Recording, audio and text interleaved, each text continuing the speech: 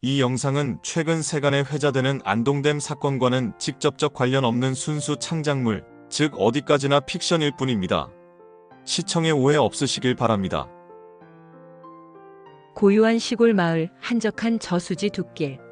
그곳에선 눈부신 햇살 아래 시간조차 잠시 멈춘 듯한 평화가 흘렀습니다. 하지만 그 평화는 한순간에 잔인하게 깨지고 말았죠. 이 이야기는 한 소녀의 한많은 죽음과 한 남자의 모진 삶과 마지막 참회에 관한 기록입니다. 1. 그날의 비극, 그리고 사라진 살. 아름드리 느티나무가 그림자를 드리운 마을, 그곳엔 지명이라는 중학교 1학년 남자아이와 희경이라는 초등학교 6학년 여자아이가 살고 있었습니다. 지명은 어린 나이임에도 또래들과는 조금 다른 어딘가 어둡고 악한 기운을 품고 있었죠. 그의 눈빛엔 왠지 모를 냉기와 비뚤어진 욕망이 서려 있었습니다. 반면 희경은 해맑고 순수한 아이였습니다. 어느 맑은 날 오후 마을에서 멀지 않은 등굣길 산 아래 저수지 부근. 그곳에서 희경은 뜻밖의 존재들과 마주쳤습니다. 지명과 그의 친구 서너 명이었습니다. 서로 간 흔히 하는 눈인사를 나누며 지나치는 순간 분위기는 돌연 섬뜩한 정적으로 변했고 이어지는 비명은 메아리조차 치지 못한 채 저수지 주변 숲속에 묻혔습니다. 희경이 사라진 지 사흘째. 마을은 발칵 뒤집혔습니다. 실종 신고와 함께 시작된 주변 수색은 곧 끔찍한 진실을 드러냈습니다. 저수지 옆 비탈진 곳에 덮여있던 흙더미 아래에서 싸늘하게 식어버린 희경의 작은 몸이 발견된 것입니다. 경찰 수사를 통해 지명과 그의 친구들이 저지른 잔혹한 범행의 전말이 밝혀졌습니다. 충격과 분노가 마을을 휩쓸었고 지명과 그 친구들 일당은 소년원에 수감되었습니다. 그날 밤 지명의 집은 야반 도주하듯 소리 없이 마을을 떠났습니다. 텅 빈 그 집 마당에 나뒹구는 잡동사니들이 마치 그들의 죄를 대신 짊어진 양처량하게 보였습니다. 비행의 낙인, 지울 수 없는 상흔. 희경의 죽음은 한 가족을 통째로 집어삼켰습니다. 희경의 어머니는 그 충격으로 얼마 지나지 않아 정신 이상 증세를 보였습니다. 매일 밤낮으로 딸의 이름을 부르짖었고 넋 나간 얼굴로 마을을 배회했습니다. 결국 엄마는 정신병원에 입원했고 그로부터 약 3년 후 그 병원에서 세상과 작별했습니다. 그 아이의 아버지는 그렇게 딸을 잃은 슬픔, 그리고 그렇게 아내를 잃은 고통을 술로 잊어가며 세월을 보냈습니다. 10년 세월 동안 그는 알코올 중독자로 폐인처럼 살다가 어느 날 보기에도 섬뜩한 농약 한 병으로 스스로 생을 마감했습니다. 그들 가족의 삶은 마치 불타버린 목조집처럼 잿더미로 사라져버렸습니다.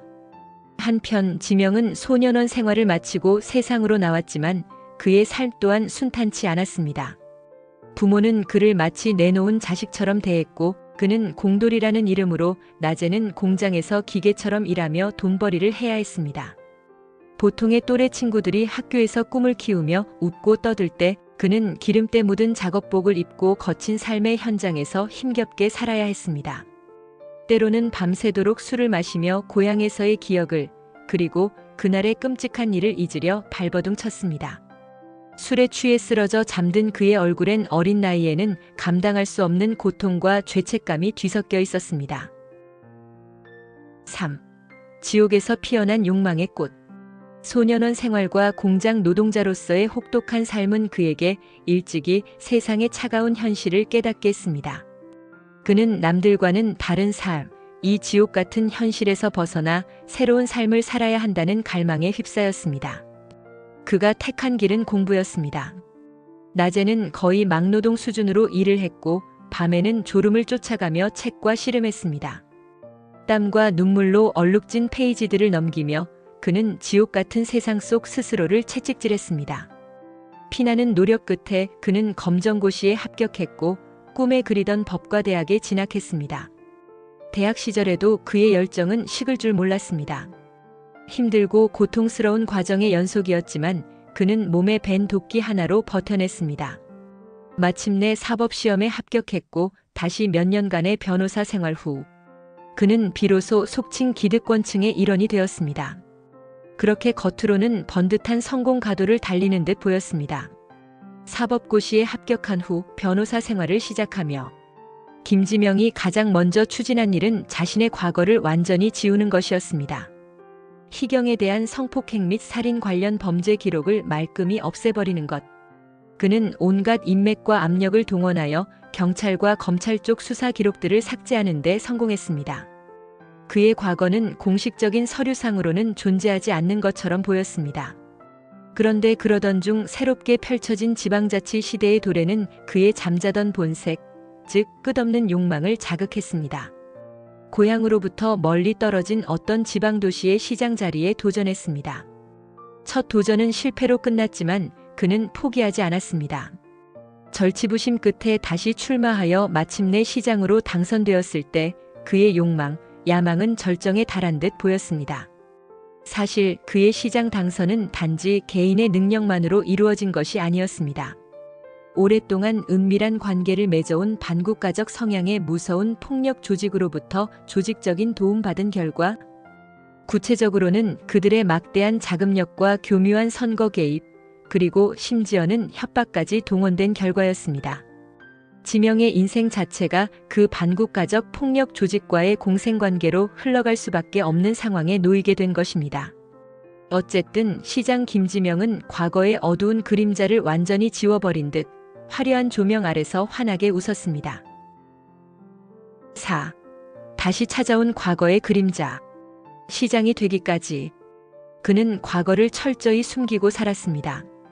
고향 근처에는 발길조차 하지 않았고 어린 시절에 대한 언급은 피했습니다. 모든 것이 완벽하게 묻혀버린 듯 했었죠. 그러나 상황이 변해버렸습니다. 김지명. 그 이름 석자가 세상에 조금씩 알려지게 되자 그 옛날.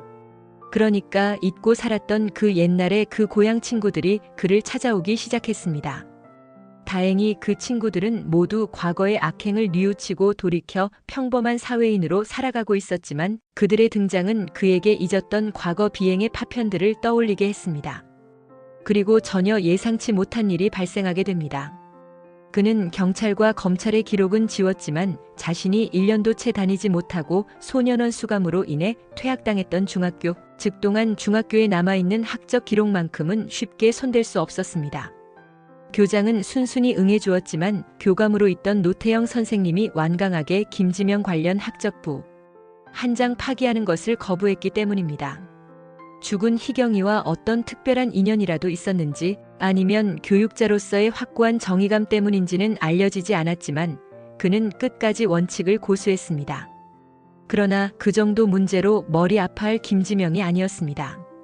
시장 당선 후 2달이 지난 시점 47세의 지명은 망설임 없이 평소의 그 섬뜩한 미소 머금고서 자신의 조직, 즉 폭력 조직 지도부에 전화를 걸었습니다.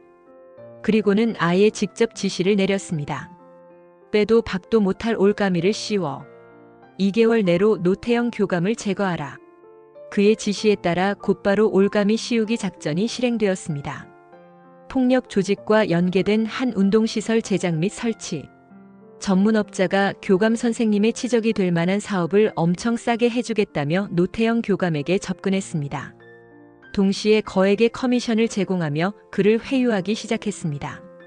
그 업자는 극비리에 주는 돈이라고 하면서도 실제로는 커미션 제공 기록을 확실히 남겨뒀습니다. 또한 사례를 드린다며 노태영 교감만을 몇 번이나 불러내어 향응을 제공하고 심지어 성상납 자리까지 마련했습니다. 물론 이 모든 과정은 은밀하게 촬영되었습니다. 김지명으로부터 지시가 내려간 후 1달 반쯤 지난 시점에 그 업자는 모든 관련 자료들을 지역 경찰서에 제출했습니다.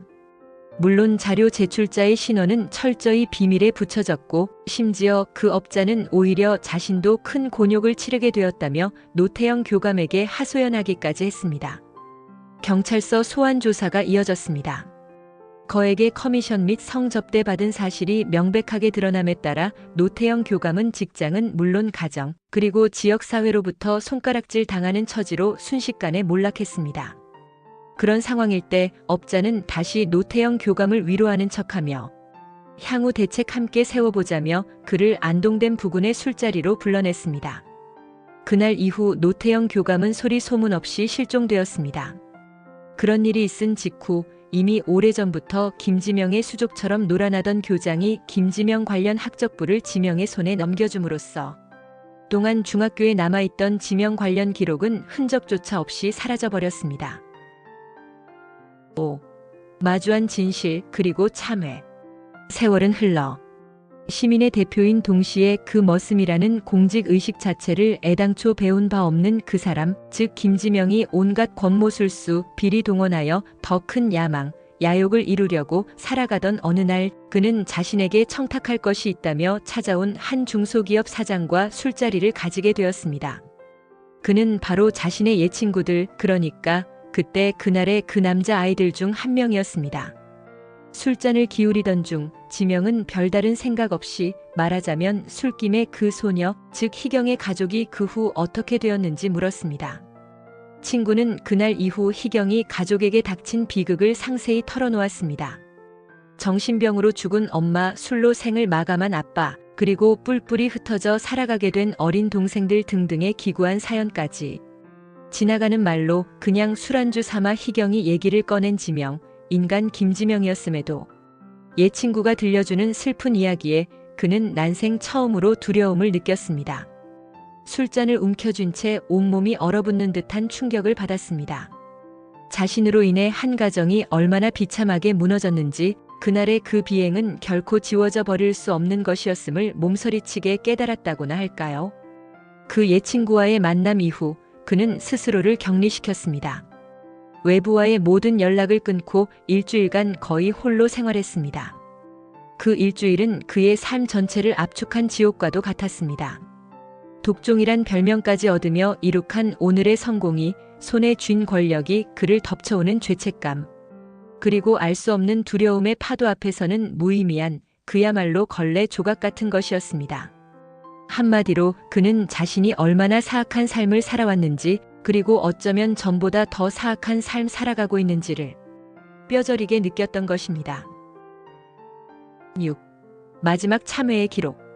정확히 일주일 후 그 중소기업 사장, 친구의 집에는 시장 김지명으로부터 한 통의 편지와 필요 서류들이 든 봉투가 배달되었습니다.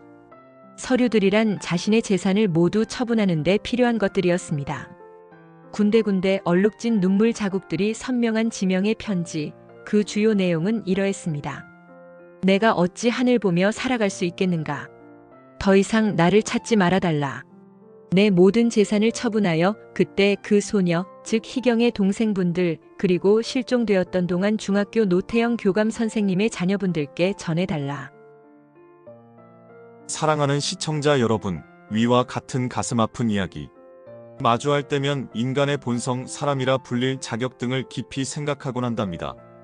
이야기 속에서와 같은 돌이킬 수 없는 비행 저지른 사람 디귿류의 경우, 적어도 제가 알기로는 그들 거의 전부가 세상의 눈을 피해 살아가고 있더군요. 최소한의 양심 가진 사람이라면 너무나도 당연한 이치라 할 것입니다.